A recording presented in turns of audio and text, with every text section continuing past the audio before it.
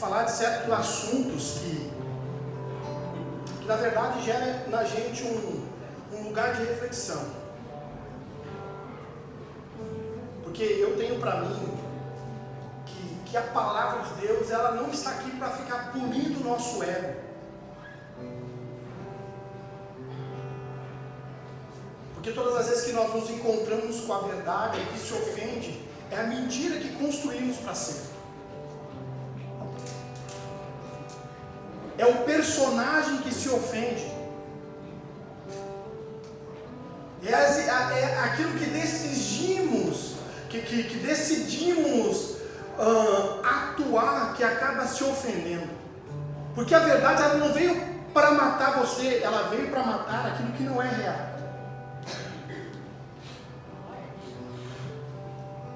Então todo domingo, quando Deus me dá essa oportunidade, essa graça assim de falar, eu sempre penso assim, como tem alguns irmãos que me falaram, suas mensagens são ácidas, mas levam lugar da gente parar e pensar, desacelerar,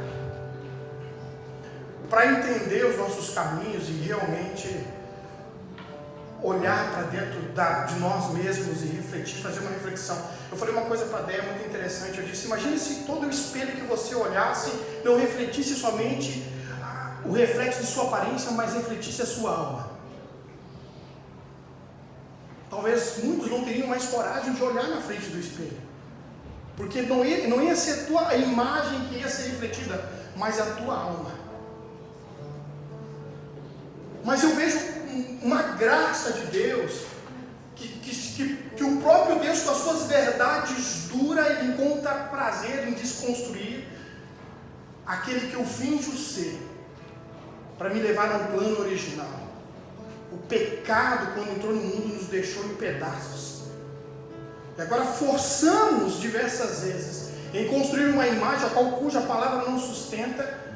Mas como eu tenho sempre falado, isso aqui não é poética, é o que eu digo sempre. Ninguém consegue ser uma mentira por muito tempo, uma hora a verdade vem à tona, porque a própria palavra de Deus diz que a luz traz à tona aquilo que está escondido.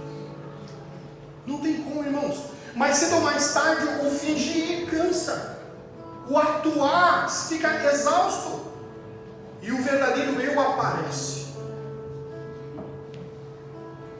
E eu acredito que nesse lugar onde Deus também trabalha com a sua palavra. Então a palavra para mim, ela vem para desmascarar o falso e revelar a verdade.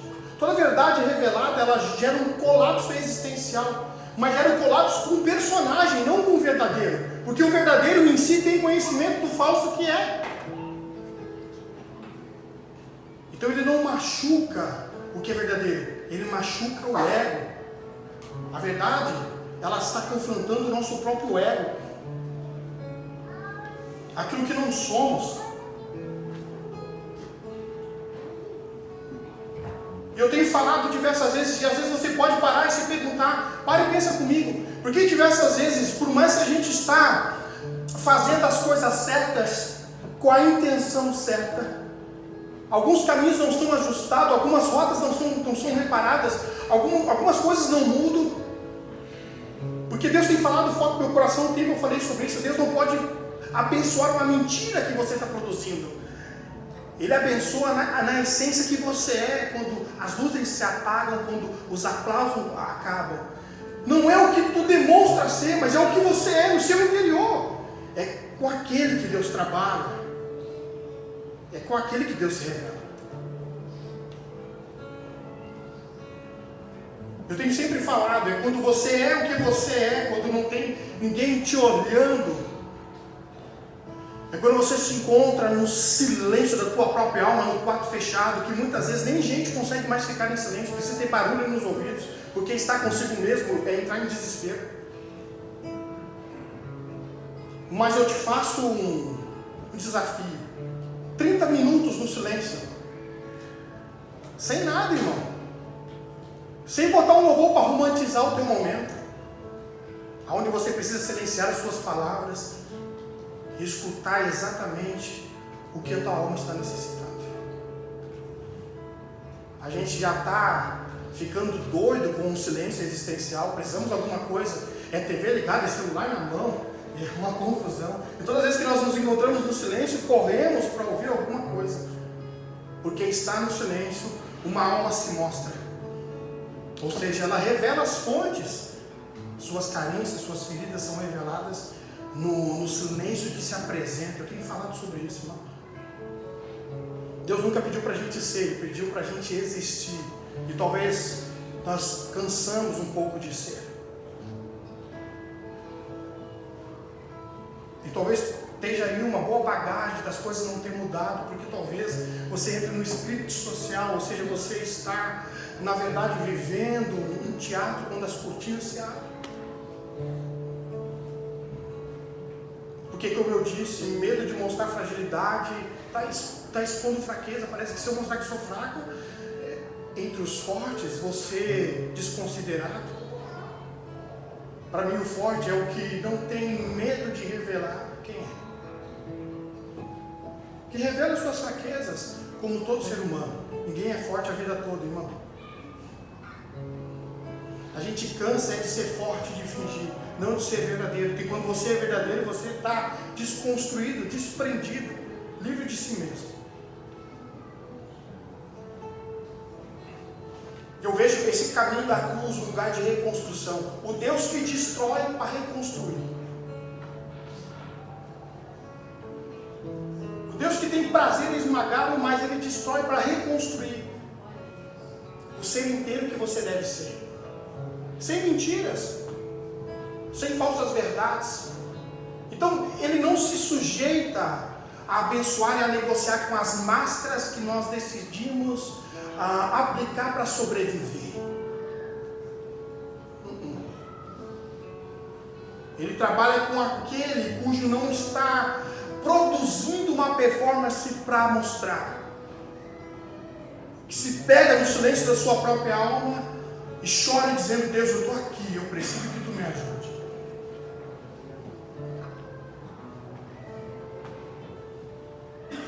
Então a palavra de Deus, ela não vai negociar com as máscaras que nós estamos usando para sobreviver. Abra comigo lá em Tiago. Aí você faz aquela pergunta assim: por que eu vim nesse culto hoje? Não, olha, devia ter ficado em casa. Você está aqui, querido, não porque você não tinha opção, porque o Espírito de Deus te convenceu a estar aqui nessa noite, amém? Até quando a gente faz a apresentação da criança, a gente diz: olha só, olha a força que tem uma criança de trazer gente na igreja sem abrir a boca.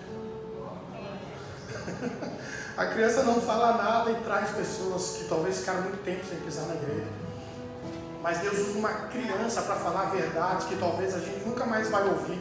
É como eu disse, eu não tenho uma expectativa que você volte no próximo domingo. Minha expectativa, a minha esperança está no Senhor. Mas uma coisa eu sei, eu tenho certeza.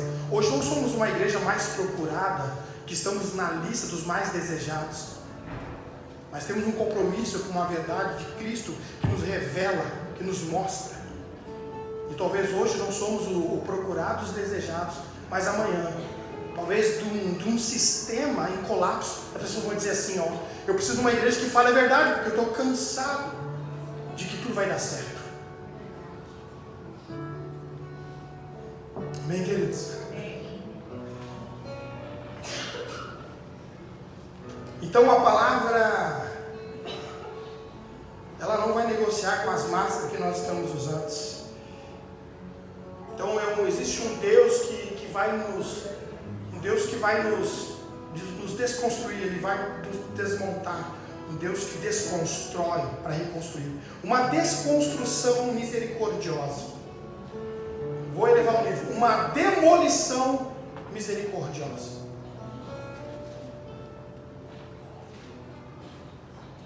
Amém? Glória a Deus.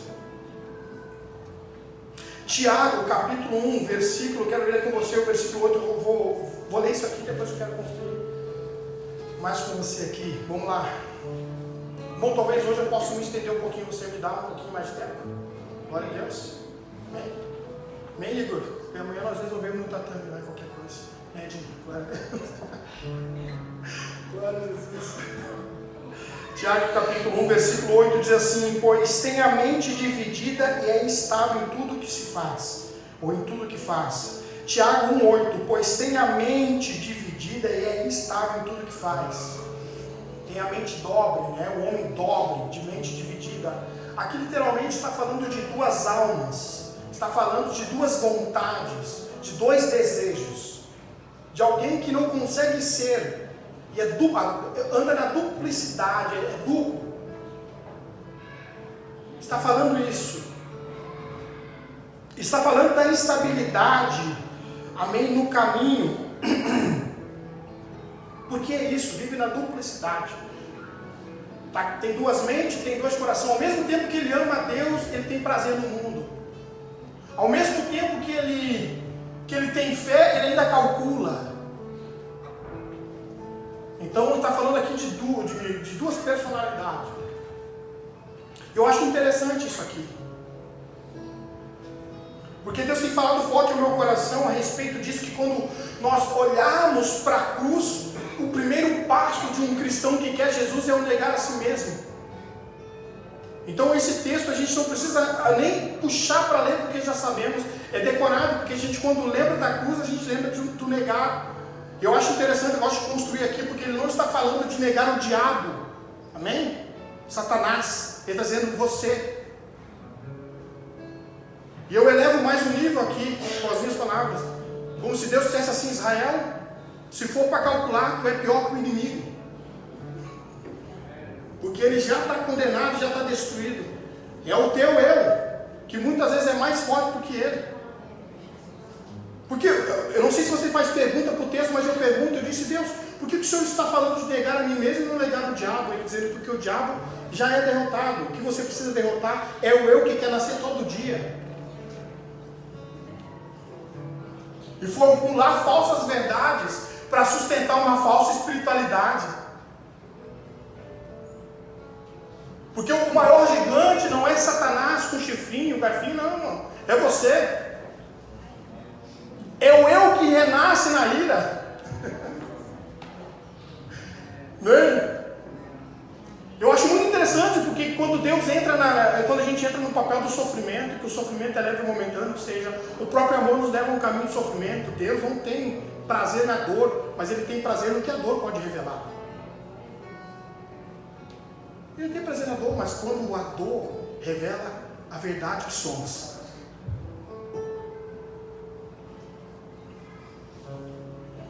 Porque na dor, o nosso verdadeiro eu aparece. Então eu acho interessante o que ele está dizendo aqui. Pois tem a mente dividida, é instável, não tem estabilidade em tudo que faz, ou seja, duplicidade.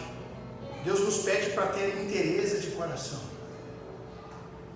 Um tempo eu falei sobre isso. Puro de coração não é aquele que não erra. Puro de coração é aquele que não consegue se adaptar ao mal. Ou seja, fiz mal, já fiquei desconfortável. Preciso me livrar do mal. Ou seja, entro no caminho do arrependimento.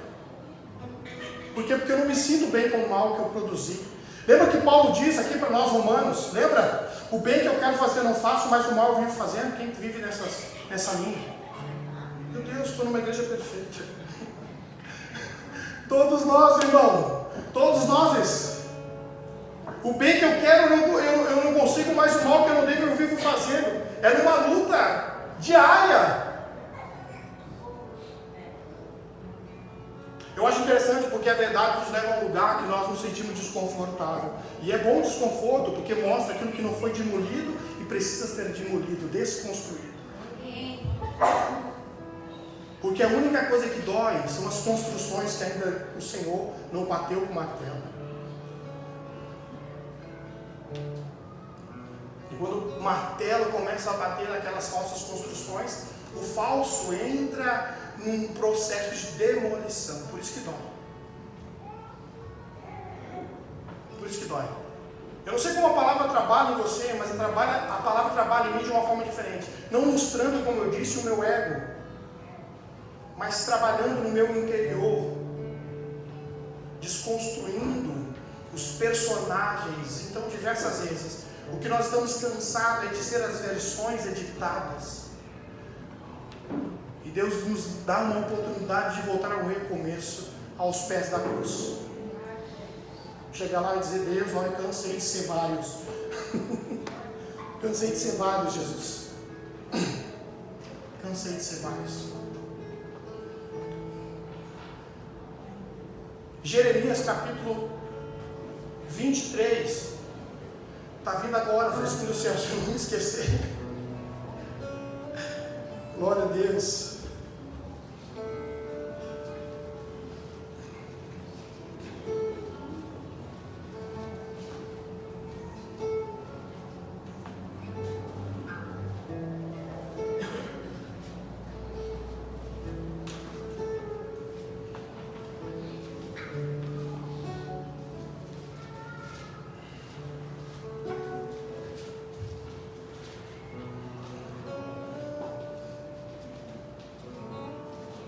Eu acredito que o amor de Deus é como um martelo. Bom, para mim, o amor de Deus trabalha como um martelo.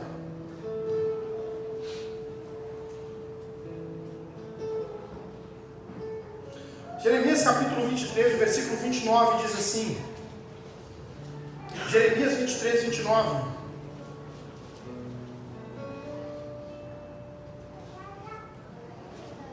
Não é a minha palavra como fogo, pergunta o Senhor, e como um martelo que despedaça a rocha?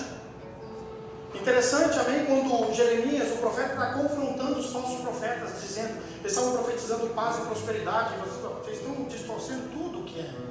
Que é isso? Irmão, para e pensa, vamos aqui parar para pensar, uma pergunta retórica, mas pensa comigo. Irmão, não é esquisito, você está num lugar dizendo que tudo vai dar bem, tudo vai dar certo, aí você sai e a segunda-feira não corresponde com aquilo que domingo foi falado? Não é meio estranho isso? Você não fica pensando assim, mas que loucura, parece que eu entrei no mundo naquele mundo do Alice no País das Maravilhas. Aí quando eu saio de lá, eu me encontro com uma realidade que é diferente da verdade que foi falada lá em cima.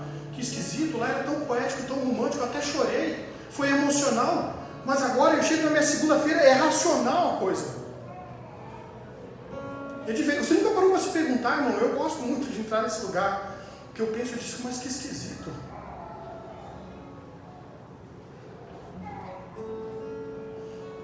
Então quando o profeta se coloca, ele fala de uma movimentação, ele disse, não é minha palavra como um fogo, pergunta o Senhor, e como um martelo que está despedaçando. Então eu acredito que o amor dele é um martelo, não um ornamento. Você não está sendo punido. Olha que interessante isso. Por que a gente sempre leva para o lado da rejeição e para a punição? E por que a gente nunca leva para o lado da lapidação?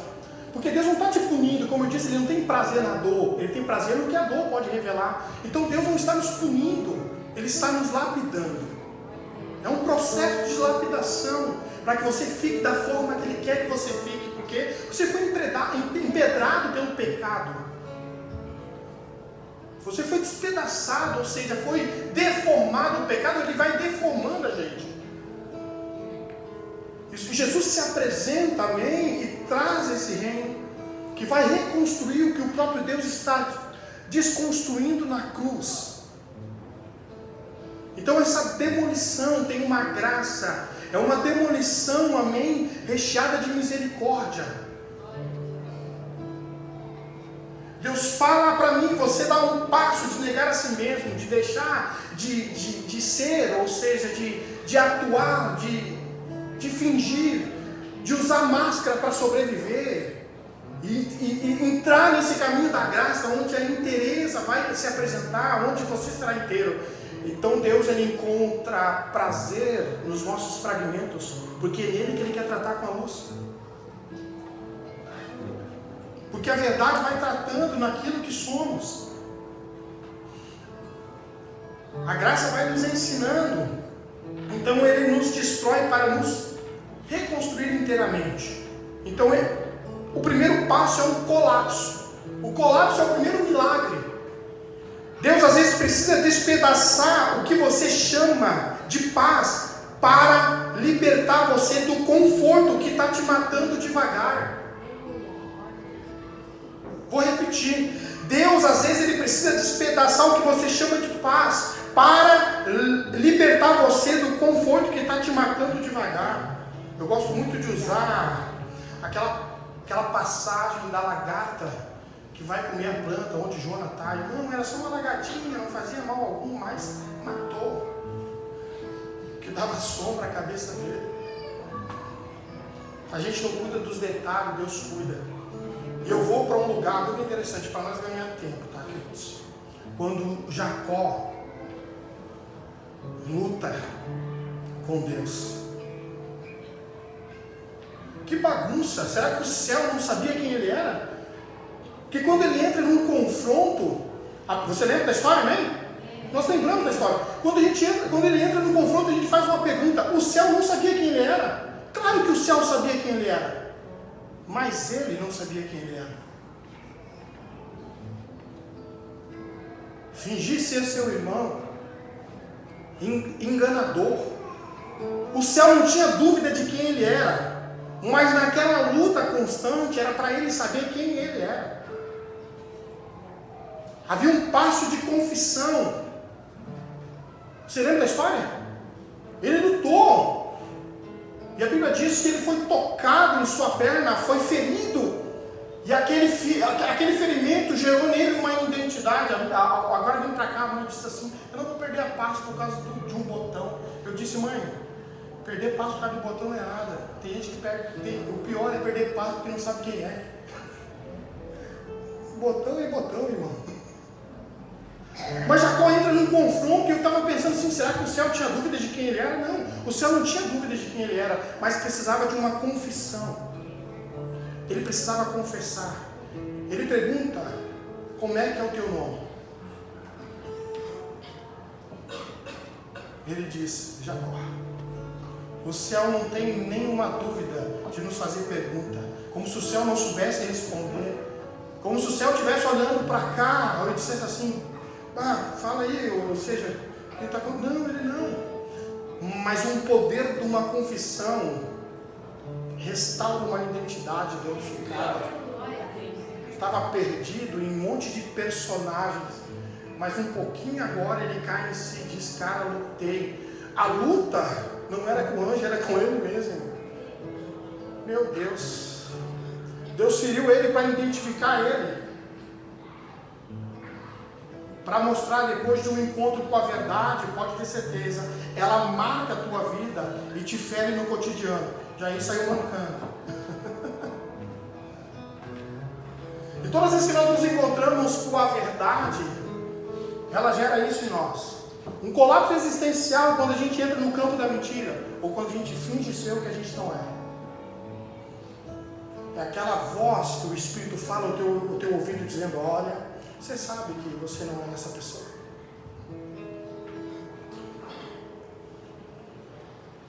E esse tempo que eu vejo, tenho falado para a Déia, eu em parte não concordo com isso, mas também sei que é uma baita ferramenta, mas para mim um sorriso mostrado não é a verdade. Felicidade não se compartilha, se vive. Eu passei isso, queridos, ontem de tarde, voltando de um jogo de futebol. Se perdemos na estrada, o carro atolou. Risadas dentro daquele carro. Gargalhadas. O irmão Cid disse que a rua era certa. Que não tinha problema a estrada, mas tinha. Atolamos, o Tony mal conseguiu abrir a porta do carro. E eu na gargalhada atrás, eu disse: meu Deus, hoje é o dia mais feliz da minha vida. Eu estou rindo. Sem câmeras está me vendo. Essa é a verdadeira felicidade, aquela que não se compartilha. Nem todos os dentes mostrados nas redes é um sorriso verdadeiro. Às vezes atrás daquela boca aberta com dentes existe um coração e uma alma sangrando. Então, essas imagens não me chamam a atenção. O que me chama é quando eu entro na tua realidade, converso com você e 2 minutos sei quem está governando o teu coração. Para mim isso é verdadeiro. Enfim, Jacó luta. Ele briga, irmão. Ele entra numa luta, num colapso existencial, mas ele cai em si dizendo, porque a pergunta mexe com ele, porque até naquele instante ele estava enganando todo mundo, irmão. Ele dando uma fé falsa ali, sendo que nunca era. Deus precisava corrigir nele. a sua identidade, ou seja, cara, até agora você foi enganador, você fingiu, passou, foi trapaceiro, mas agora, com este encontro eu te corrijo e te marco com a minha verdade. Porque quando você confessa e você é inteiro na sua identidade, no encontro com Ele, Ele muda o teu nome, irmão. Agora vai te chamar Israel, agora você não vai ser mais Jacó. Glória a Deus. É o que eu acredito, queridos, que Deus está fazendo. Eu acho muito interessante nesse lugar. Ele rasga, vou usar essa palavra, Joel capítulo 2:13, você não precisa abrir aqui, Joel 2:13. Rasgai o vosso coração e não as vossas vestes. Eu falei isso aqui até confrontadora deles que não gostam do que eu falo. Para mim, irmãos, não são as lágrimas que me movem, é pós-lágrimas. O resultado depois das lágrimas. É a atitude, o comportamento depois das lágrimas geradas. Para mim, lágrimas é um colapso com a nossa emoção, com a nossa alma. Mas depois que você enxuga as suas lágrimas, se põe de pé, algo mudou na tua vida. O coração rasgado é o único recipiente onde a graça não vaza. Vou repetir. O coração rasgado é o único recipiente onde a graça não vaza. Agora eu quero chegar num lugar, irmãos. Deus falou muito forte no meu coração. Peguei Jacó, porque é interessante a história dele. Fez um prato de ensopado, vendeu para o seu irmão, para tomar o direito do seu irmão. Escutou o conselho da sua mãe, botou a sopa do seu irmão, cobriu as suas mãos com a pele de cabrito, se apresentou diante do pai para receber aquilo que pertencia ao seu irmão. E o pai pergunta para ele várias vezes. Pensa a luta, pastor Anderson, em ter que mentir diversas vezes para o próprio pai, que nunca era. Agora ele encontra com o anjo do Senhor. E aí a coisa é diferente, porque naquele lugar, é como eu disse, Deus falou no meu coração, não adianta, nesse quarto fechado, Senhor, tuas palavras bonitas não têm efeito. Nesse quarto fechado, a tua boa pregação não me comove. Nesse quarto fechado, é tua alma sendo revelada, o teu coração sendo esmagado. É nesse lugar que eu trabalho, é nesse ser que eu quero trabalhar. E Deus tem me falado no meu coração. Então ele entra num lugar de confissão, e a confissão levou ele a um caminho da graça. Ou seja, levou ele a corrigir, a entender quem ele era. Eu gosto muito, irmãos, de uma frase assim que eu uso diariamente. É uma verdade. Bill Johnson diz uma coisa: quando você entende quem você é, quem você nasceu para ser, você não deseja ser mais ninguém além de si mesmo. Eu achei interessante, achei muito forte isso. Então talvez hoje voltar a dizer que tem gente que não sabe quem é, por isso que vive num colapso existencial, sendo um monte de personagem, ou seja, somos fragmentos daquilo que estamos postando. Você tem várias versões, é uma versão na igreja, é uma versão social, é uma versão no trabalho, é uma versão em casa. São essas versões, Deus não vai negociar com elas. Ele negocia com aquele coração que se abre quando as portas do quarto se fecham. Quando as lágrimas são verdadeiras, dizendo, eu não aguento mais de ser vários. Sou eu, Deus. E aqui vai um lugar que eu gosto muito. O ladrão da cruz. Irmão, o ladrão da cruz, eu escrevi muita coisa sobre ele. Vamos lá, é Lucas, né? Lucas. Quero ler o Evangelho de Lucas.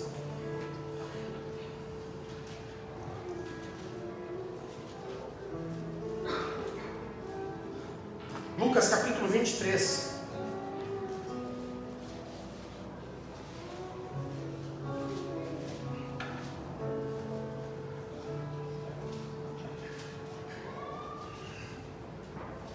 Então eu sempre entro nesse lugar, irmãos, presta atenção. Presta atenção essa noite. Você que está aqui dizendo, que culto é esse? O que eu vim fazer aqui? Presta atenção. Deus não pode abençoar o que você finge ser. Não vai. Não vai negociar com as suas versões. Não vai. Você está exatamente onde você merece estar. Acredita nisso? Suas escolhas, suas decisões te levaram até Ele. Nós somos responsáveis por nós mesmos. Amém? Glória a Deus. Amém, queridos? Talvez você esteja dizendo assim, ó, pastor, eu estou vendo um grande teste. Lembra que eu falei no ano passado sobre grande teste? Deus vai te colocar em grande teste, irmão, para saber quem está ali. O grande teste trabalha em duas categorias: para mostrar o que já foi mudado e para mostrar o que precisa ser mudado ainda. Esses são os grandes testes que Deus nos coloca, para revelar o que Ele já mudou em você e para mostrar para você mesmo que ainda precisa ser mudado, desconstruído, curado, sarado. Deus vai levar você em certos lugares para ver se a ferida do perdão já está curada. Olha só que forte isso. Deus vai levar você em certo lugar. Se o amor não é só poesia, vai te levar em ambientes onde o ódio está instalado, para ver se o amor exala mesmo de suas palavras, se não é só palavras. Deus vai nos levar a grande teste. Deus vai testar a sua paciência. Ele nos leva a lugares para nos mostrar nós mesmos. Não é falta de Deus, é um percurso de discipulado. Amém? Glória a Deus, para não pesar tanto, irmão. Lucas capítulo 23. Quero ler com você o versículo 32. Lucas 23, 32, vamos lá. 2 outros homens, ambos criminosos, também foram levados com ele para serem executados. Quando chegaram ao lugar chamado Caveira, ali o crucificaram, com os criminosos, um à direita e outro à sua esquerda. Agora eu quero que você vá comigo lá no versículo 38. Havia uma inscrição acima dele, versículo 38, que dizia: este é o rei dos judeus. Olha só, queridos, versículo 39, um dos criminosos que ali estavam pendurados, lançados insultos: você não é o Cristo? Salve a si mesmo e a nós.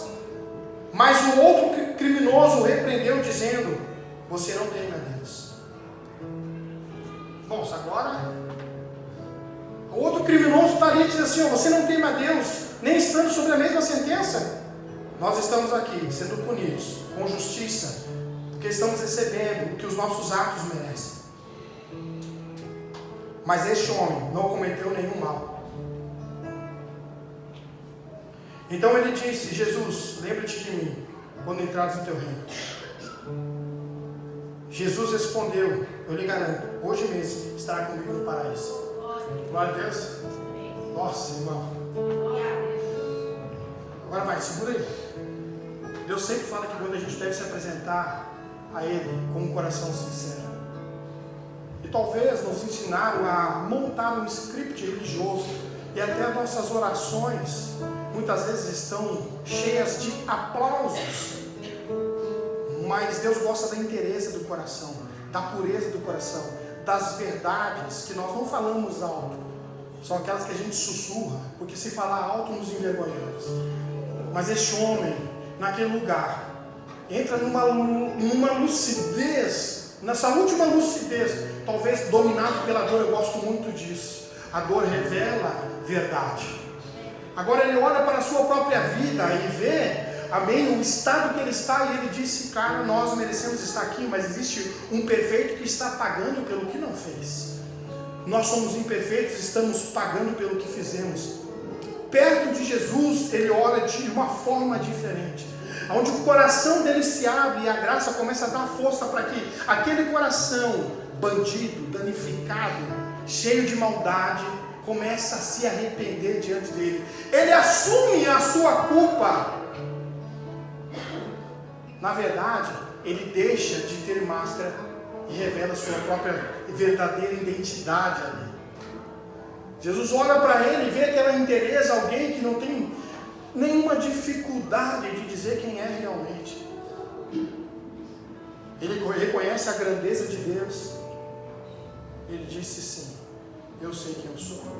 Eu acredito que quando a gente fala nesse lugar, ou seja, chegamos nesse lugar como ladrão da cruz, que talvez na extremidade de uma dor agoniante da nossa alma, nosso coração começa a falar coisas que até a nossa boca não acredita. E a gente diz: meu Deus, o que eu estou falando para Deus? É nesse lugar, é nessa pureza, é nessa sinceridade de coração que Deus começa a trabalhar com a sua graça e te dá uma oportunidade de recomeço. É a coragem de ser sem máscara diante dele. E mesmo que esteja um público te olhando, ele não deixa de olhar para Jesus, um ser inteiro. Ele vê luz, independente daquele lugar que estava tomado de trevas, de dor. Ele começa a ver uma luz no fim do túnel. E disse: cara, vejo nesse cara piedade, vejo nele graça e misericórdia.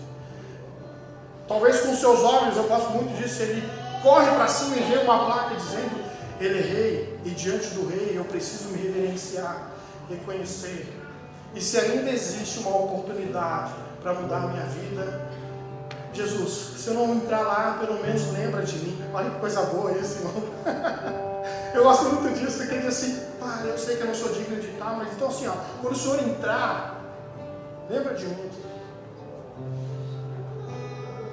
Jesus olha para um coração sincero, um coração contrito, a qual ele não rejeita, abraça, diz: hoje mesmo você vai estar aqui. Inteireza de coração. Máscaras caíram, o verdadeiro eu aparece. Alguém que reconhece a culpa como ladrão da cruz. Jacó, que confessa com a sua própria boca quem nunca é. Ou seja, que escondeu aquilo que ele sempre foi, o seu verdadeiro eu. Então são nesses lugares que Deus quer trabalhar. Por que às vezes é exaustiva a nossa caminhada? Porque talvez somos versões de muitas coisas e esquecemos de ser nós mesmos. Deus não pode abençoar a mentira que eu estou sendo no domingo.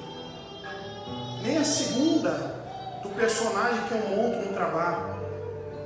Deus trabalha na essência, naquilo que eu sou.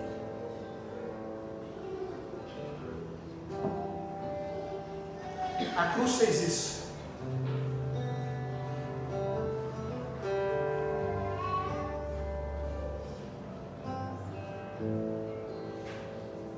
Então a cruz é o espelho definitivo. Ela mostra o que nós precisamos morrer para que o amor possa viver inteiro. Então sempre quando a gente vai andando para este caminho, nós nos encontramos, ou seja, a palavra é: achamos a nossa verdadeira identidade em Cristo Jesus. Porque quanto mais perto eu estou de Jesus, de sua palavra, mais eu tenho convicção daquilo que eu sou, daquilo que eu fui chamado para ser. Não para fazer, para existir. Então existe uma cruz. E existe um Deus, como eu botei aqui, o Deus da cruz e do colapso. Que não vai abençoar as versões que eu aprendi a usar para me sustentar. A cruz é a demolição, é a misericórdia. Tudo que você inventou para proteger a verdade, tudo que você inventou para se proteger da verdade, ali o falso eu é condenado, o verdadeiro é gestado. É nesse lugar que Deus quer nos levar. Chega, irmão. Não sei você, mas não sei você, irmão, mas acabou a novela da Globo, né? Acabou, irmão. Acabou ser quem você nunca é. Acabou de ser um personagem. Para de ser versões, irmão. E eu sim, eu vou ser mais ousado. Será que você hoje é uma versão aqui dentro? Ou você realmente vai aproveitar que o louvor vai ser cantado, a senha vai ser dada para você, e o seu verdadeiro eu vai gerar, queridos, um arrependimento? Porque eu não canso de chorar dizendo: Deus, esmaga o meu eu, esmaga o meu orgulho, as minhas vaidades, não me deixa me embriagar com, nossa, que bênção. Não, porque eu não sou o que os outros estão dizendo, eu não sou os elogios dos outros, eu sou aquilo que o meu coração revela a mim mesmo. Eu falei um tempo atrás sobre isso. Não é saudável, escute, não é saudável você negar a honra. Não é saudável para você negar a honra. Não é saudável você negar os elogios. Mas uma coisa você tem que entender, é que quando você receber um elogio, ou quando você for honrado, chegue em casa, entregue essa coroa para Jesus. Diga: Deus, eu recebi lá, mas olha, né, eu gosto muito de usar uma palavra que o Senhor Subirá diz: eu só sou a mula. Eu só sou aquele que Jesus monta em cima e faz. Lembra, né? Tem essa história, né? Quem conhece essa história? Então eu não vou falar. Eu vou falar de novo. A história, né? Deixar. É um jumentinho, né? Chega em casa, faceiro, diz: mãe, tu tem que ver, hoje me aplaudiram. Mãe, me deram tanto olhares carinhosos, me abençoaram. E a mãe pergunta para o jumentinho: meu filho, que você está? Tinha alguma coisa assim diferente? Sim, mãe, eu estava carregando um tal de Messias no ombro. Então lembra de uma coisa, meu filho: sem ele você não passa de um jumentinho. Glória a Deus.